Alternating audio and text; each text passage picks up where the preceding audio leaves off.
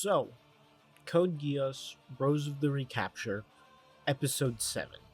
It's good. No other way to put it. It's good. It kind of has just been cementing the fact of the stuff I've been saying, like, pretty much for like 5 episodes now. Ash is just like the best character.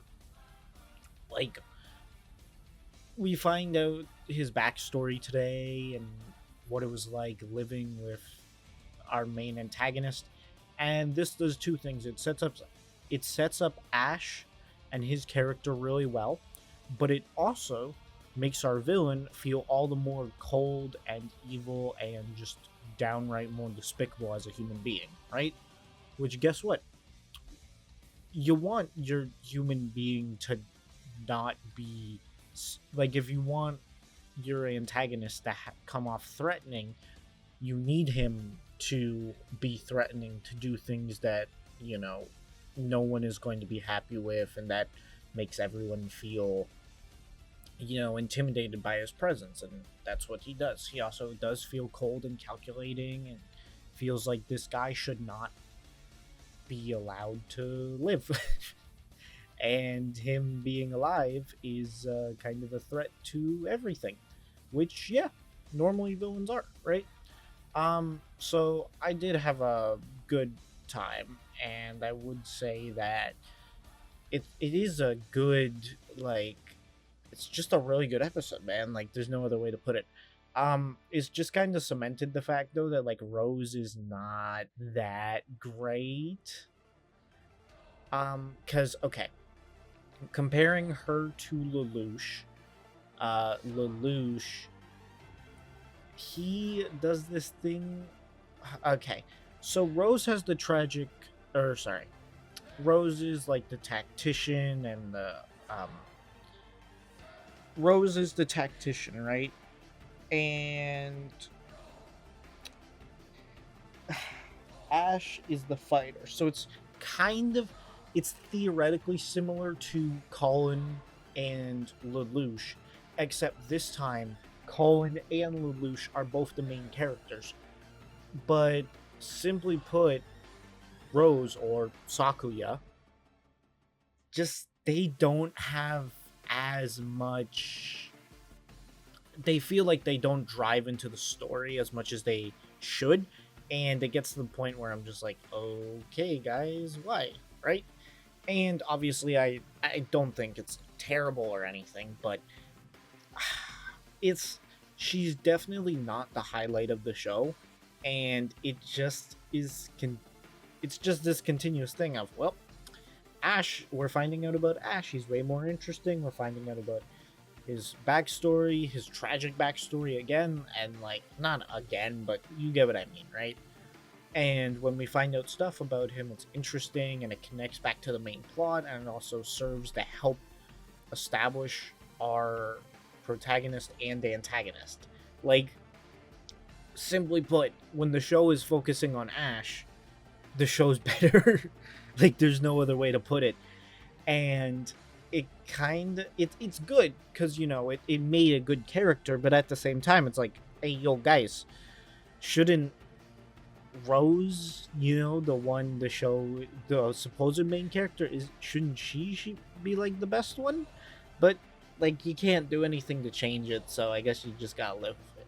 Anyway, yeah, it's been a lot of fun, actually. And I I don't really know the true direction. She obviously, a little bit of spoilers, but she did get kidnapped. So that's kind of bad.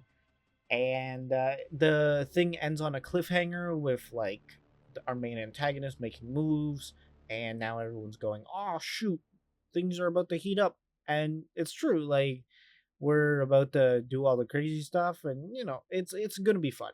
Um, so overall, this experience has been really good, and since we're like just over the halfway point, I just kind of want to say that, like, this series has definitely had some ups and some downs, and some downs, but overall I did really, really, really have fun, and I have been enjoying this, and I'm just thankful that Code Geass can continue. One thing is though is that it does kind of suck that none of the characters except for Ash reach the same heights as our previous protagonists, and even the side characters don't measure up as well. And it is sad, but I understand why. Part of it is also 12 episodes compared to 24. You you cut the runtime in half, but you want to do the same thing, right? Like, it, simply put, it's not gonna work. Like, you you cannot you cannot make someone as emotionally invested, and add on top of that that what they did was they split Lelouch into two people. Okay, like, Ash and Rose feel them combined feel like the same thing Lelouch was doing. So they cut Lelouch in half, right? And they still have like all the wannabe fake Black Knights. So in other words, we're just kind of like, we just don't have the time. So, like, we just don't have the time. There's no other way to put it. And I really, I don't hold it against. I try not to hold it against them, but obviously, like, dude, you kind of, it's kind of messed up, you know. But yeah, I don't know. Anyway, yeah, this has been quite fun, and I know I've been rambling, because there's no other way to describe this episode other than just good, without getting super spoilery. And obviously, I do have spoilers in my videos, but not to the extent that it's this crazy, you get the whole plot synopsis. Now, obviously, I'm guessing if you've seen this, hopefully you've actually seen the show. But if you haven't, we can work with that, right? But anywho, I'm gonna catch you guys on the flip side, and overall, I'm actually gonna give this one a 7.5 out of 10.